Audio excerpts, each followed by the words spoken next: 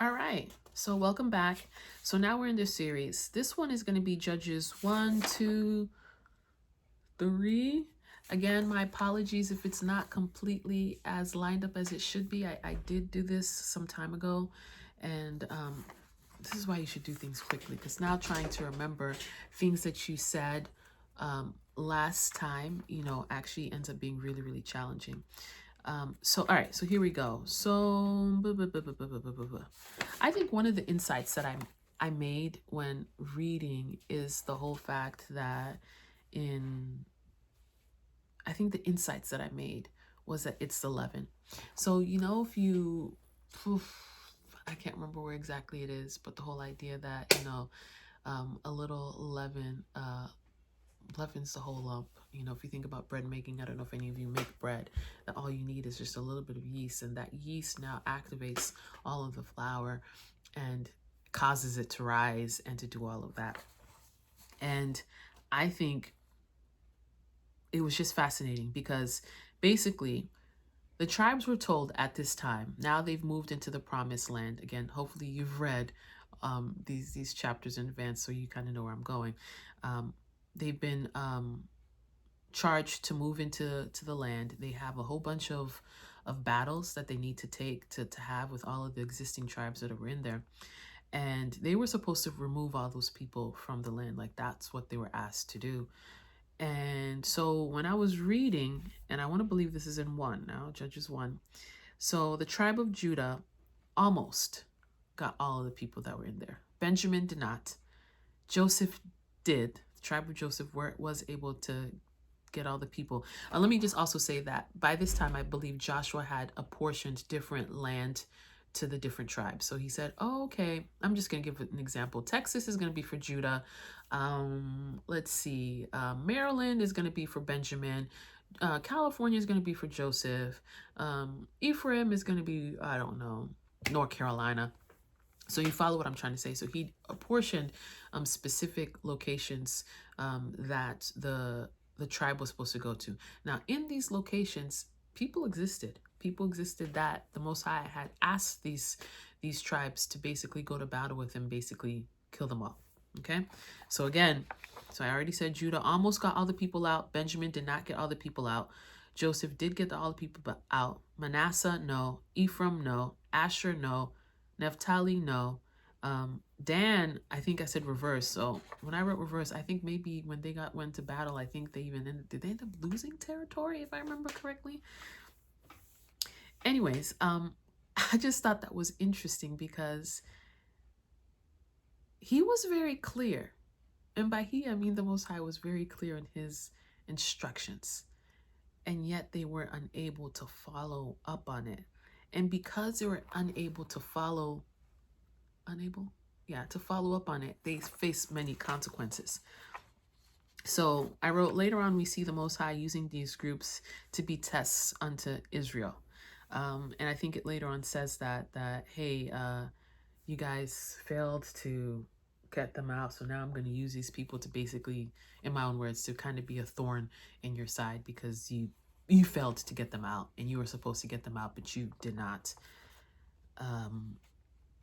So how many of us are struggling in life because you left some leaven? I think that was the takeaway. How many of you are struggling in your personal lives because you didn't root it all out? We had a recent video that it is called Root It Out, right? And I think we talked specifically about this.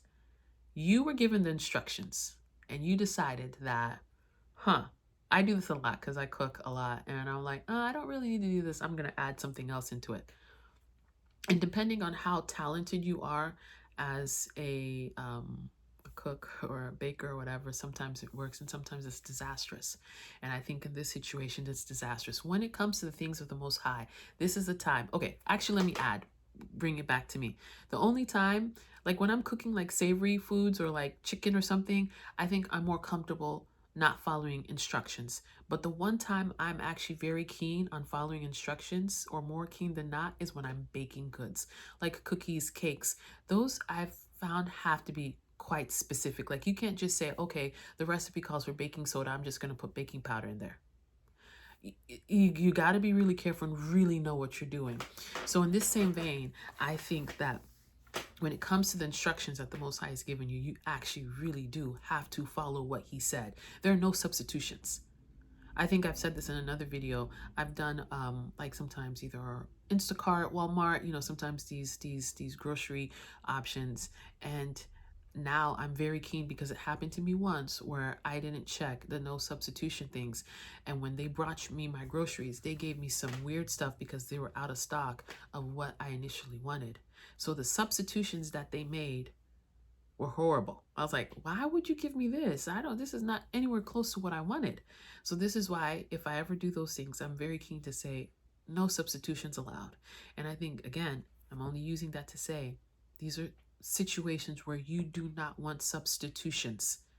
When it comes to the things of the Most High, there's no substitutions. Unless he says you can do this, you can do this, do not do that. Follow to a T what was told to you.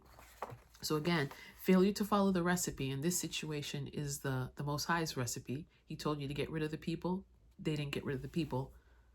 Leads to disaster. And I guess my question also is, in what ways has your personal disobedience led you to wherever you are in your life? I think sometimes we like to, I don't know, life is interesting, and sometimes, we process and reflect on things in different ways. But a lot of times, some of the reasons why we are in the situations we are is because we've done something. So in what ways have you been disobedient to the Most High? In what way are you off track? Those are things that I think is important for you to process. Okay, so then I think I continue talking about, the Most High is just such a good God. And he just tells us even like, taste and see that I'm good, And I don't know if I don't think I'm being naive, but I just think I'm just at a point right now where I'm just completely deciding that that's the way that I want to go, is to be, a follower and a lover of the Most High. Like that's for me. I don't know what could be better, what could be sweeter. Y'all out here doing so many things in these streets.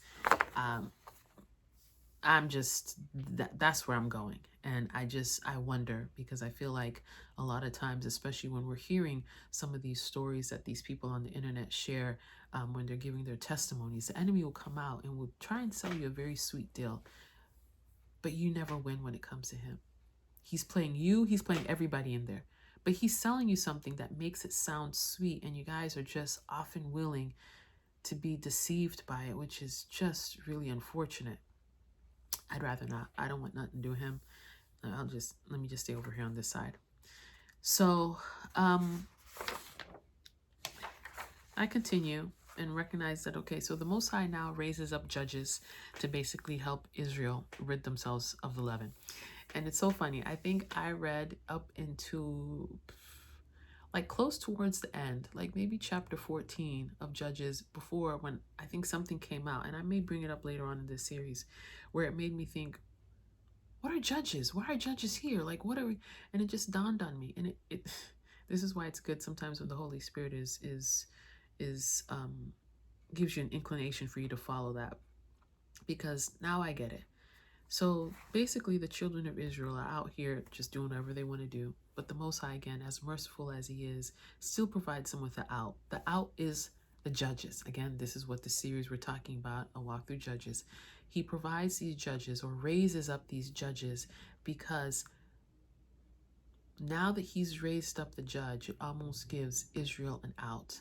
Because the judge now is going to have special spiritual insight, is going to have almost, this spiritual intel, and is almost going to serve as a buffer and an allowance that gives Israel an out. And we'll see later on as we go through and meeting all the different judges that we talk about. So I think when I went to chapter Judges 2, I think the thing that stood out to me was the whole idea of a tribute.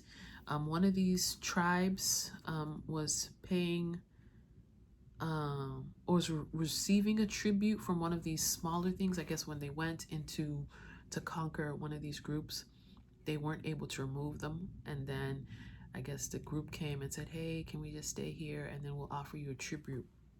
And it just made me think about that. And then I Googled it, and I believe it says a tribute is a payment of money from a weaker entity to a stronger one. So kind of like a tax. And it made me think, again, is this a covenant? You know, sometimes when now you are receiving these monies from these entities that you are supposed to completely get rid of, now it's almost like you are weaving yourself with these people that the Most High said he doesn't want you to have any dealings with. And now here you are, you're receiving taxes from them? You're receiving money from them? Like, how is that okay? I wonder how they justified that in their brain, that that was okay. So with each change of guard, the people's heart also waned. And I think that I alluded to that in my intro. And I think that that's the thing that was also disappointing to me.